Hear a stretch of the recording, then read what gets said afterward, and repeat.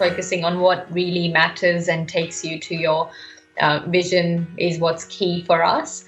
Because you'll find, there will be a lot of people in the world who will believe, things are not possible for you, but it doesn't add to your life. You're better off following people who believe great things are possible.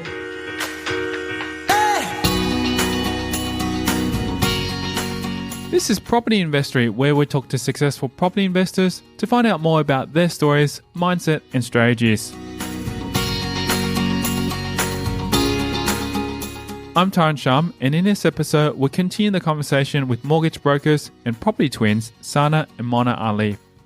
They will uncover their strategy for building a portfolio worth over $5 million, discuss why it's important to do what's right for you rather than what everyone else is doing, and what they predict for the Australian market.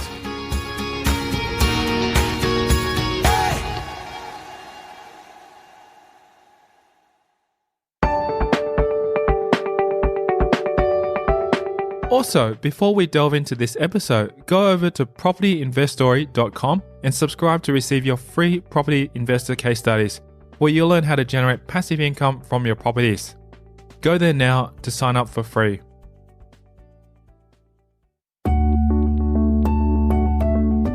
So, what held them back from initially investing into property? For me, it was analysis paralysis, Taran, and just the belief to call the shots. And I personally found when you're looking at way too many options, it's really hard to choose what will work for you. So look at, what are the priorities and go with that. Well, I would say I don't think that I ever had any issues with it, because I did have clients who were high net worth individuals at PwC, and I had seen people who had started with nothing and built their own empires as my clients. So I personally did not have any challenges in going head on with investing. Their clients achieved their level of success by thinking beyond their limitations. Also, you need to think beyond you. Sometimes people may limit what you can or can't do. They may say, well, no, this is unachievable. But you need to have an open mind. You need to put down the numbers on paper. You need to make projections. And I can understand, people may have limitations, say with the lending environment today. But what is the one thing that you can do to move forward? And if you don't take that action, does that mean that you will be further behind in future, really? So take that first step and then keep improving on your circumstances. To overcome challenges such as the limited lending environment, shaping your mindset is paramount to your progression. I can only tell you about how we work with our clients, and which is with a lot of focus on why they're doing what they're doing. Because, buying property is just one part of it, but what's more important is what's their goal, how will their life change if they took action, and how will their life remain static or go backwards if they did not take action. And when you do dig deeper, people have different reasons for doing things, and working through that can open up a lot of doors and open up people's mind about what they're doing and how they're doing it. And also, people should really look at the structures that they have in place from a finance perspective, because often we do find that people do get hung up on, say, the interest rate, that they want the lowest rate. But what if it's the most unsuitable thing for them to do? What if they had a lender which charges them a bit higher rate, but it enables them to move forward with their investing? Resources which have helped Mona and Sana to condition their own mindsets came from personal development experts such as Jim Rohn and Tony Robbins. Actually, it was nothing about property as such when it came to mindset, but about improving our mindset by looking at different speakers and authors. Like Jim Rohn, for me, is an inspiration, and just listening to those things to influence your mindset on how you approach things, really. And for me, it was Dr. Wayne Dyer. So I started reading his books in my early 20s, and it really made a huge difference for me personally. When recommending to listeners what they can do to hone their own personal development, they believe it comes from within.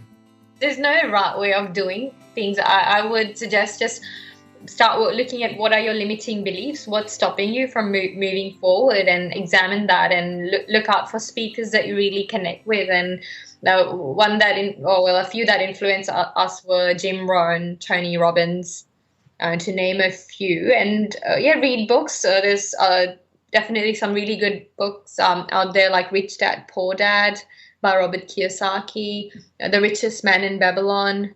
Then there is Slight Edge. There's a few good books out there as well. And just being very focused on what you want life to look like in the next 5 years. You don't need a book or a mentor to tell you that. Only you can answer that for yourself. The Alis didn't seek mentors as such, but were content with extracting information from seminars and forums and then using it to create their own strategy. We did go onto the Somerset forums and we read a lot about what other people had achieved and their stories. But in terms of one formal mentor, we never had a formal mentor for property, that is.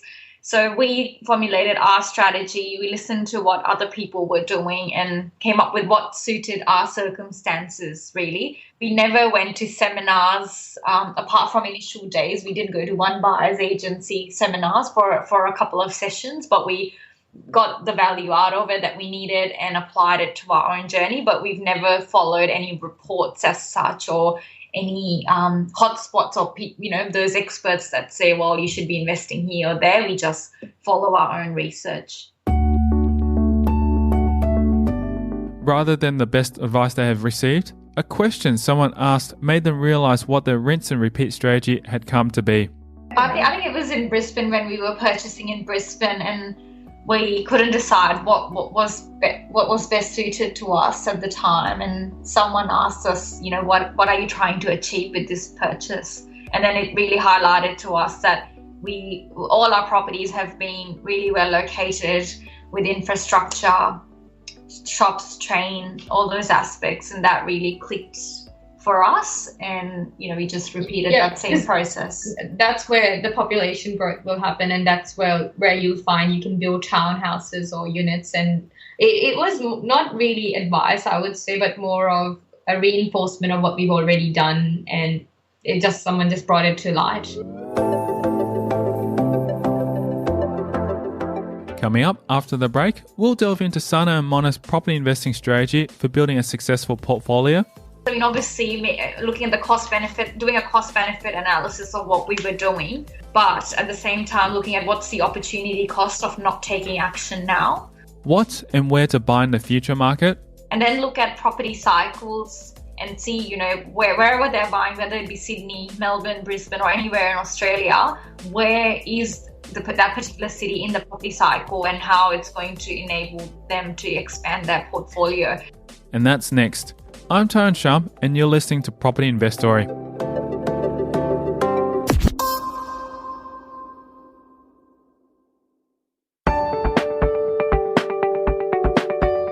Hey podcast listeners, I just wanted to let you know about the podcast show notes I've created for you that you can download at freepropertyresource.com. Inside these show notes, I've included a full summary, details of the resources recommended, plus much, much more. Just go to freepropertyresource.com to grab it now. It's free and it'll make the rest of the episode so much more impactful. Again, that's freepropertyresource.com. Now back to the show.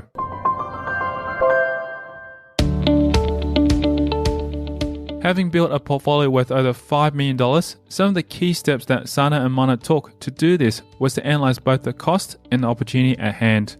But buying when we can, where we can, as quickly as we can. That was the key. And not looking at the cost side of things. Obviously, looking at the cost-benefit, doing a cost-benefit analysis of what we were doing, but at the same time looking at what's the opportunity cost of not taking action now, especially before when the Sydney market started rising. We made quick decisions and jumped in to buy a couple of properties at that point in time.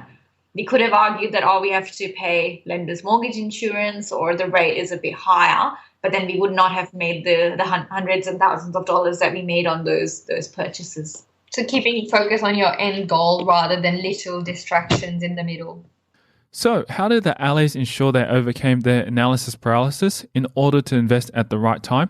just having the vision and a drive to make it happen for us. And persistence. Persistence and persevering towards our goal, and just knowing that we had to get out of our own way to achieve something, and the reinforcement of why we were doing it. Because if your why is big enough, the how is easy, and keep focus on your end goal.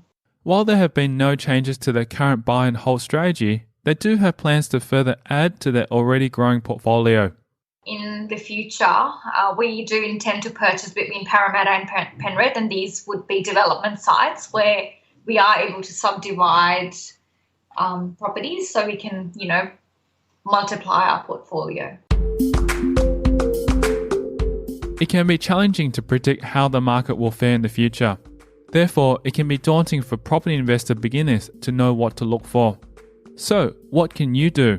For those starting out today, they should really look at clarifying their goals on whether they want the security of their own home or whether they're okay to continue renting buy investment properties, and then look at property cycles and see, wherever they're buying, whether it be Sydney, Melbourne, Brisbane, or anywhere in Australia, where is that particular city in the property cycle and how it's going to enable them to expand their portfolio.